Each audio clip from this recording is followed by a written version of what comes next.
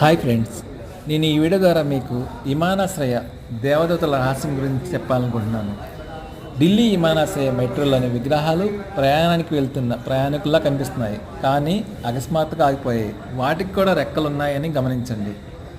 కోల్కతా కళాకారుడు దెబంజన్ రాయ్ తన ప్రయాణికులను భుజం బ్యాగ్ నుంచి జ్యూస్ సిప్పర్ వరకు సజీవంగా కనిపించేలా చేయడానికి అన్ని ప్రయత్నాలు చేశాడు. వారు డిపార్చర్ లాంజ్ వైపు దూసుకుపోతున్న సాధారణ వ్యక్తులా కనిపిస్తారు, కానీ అప్పుడు వారు ఏదో ఒక కారణం చేత అకస్మాత్తుగా ఆగిపోతారు.